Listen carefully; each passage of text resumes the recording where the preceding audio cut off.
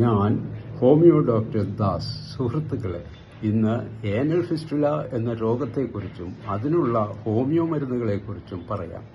എന്താണ് anal fistula? നമ്മുടെ മലദ്വാരത്തിന് പുറത്ത്, മലദ്വാരത്തിന് അരികിലായി ഒരു ചെറിയ കുരു പോലെ വന്ന് അത് വേദനയോടുകൂടി പൊട്ടി പസ്സും ബ്ലഡും പുറത്തേക്ക് വരുന്നതാണ് ഏനൽ ഫിസ്റ്റുല. ഇതിനുള്ള പ്രധാന കാരണം നമ്മുടെ മലാശയത്തിലുള്ള ഗ്രന്ഥികൾക്കുണ്ടാകുന്ന അണുബാധയാണ്.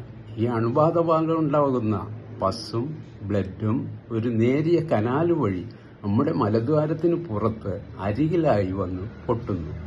ഇത് പൊട്ടുന്നതോടുകൂടി പസ്സും ബ്ലഡും പുറത്തു പോവുകയും വേദന ശമിക്കുകയും ചെയ്യുന്നു. എന്നാൽ 2-3 മാസങ്ങൾക്ക് ശേഷം ഇത് ആവർത്തിക്കുന്നു.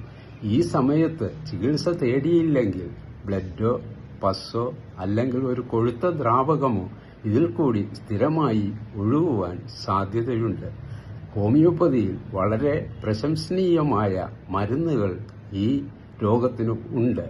ഒരു ഹോമിയോ ഡോക്ടറുടെ നിർദ്ദേശപ്രകാരം ഹോമിയോ മരുന്നുകൾ കഴിക്കുകയാണെങ്കിൽ 5-6 മാസം കൊണ്ട് ഈ രോഗം പൂർണ്ണമായി സുഖപ്പെടുത്താവുന്നതാണ്. സിലീഷ്യയും ആസിഡ് ഫ്ലൂറുമാണ് 2 പ്രധാന മരുന്നുകൾ ഏനൽ ഫിസ്റ്റുലയ്ക്ക് കൊടുക്കുന്നത്.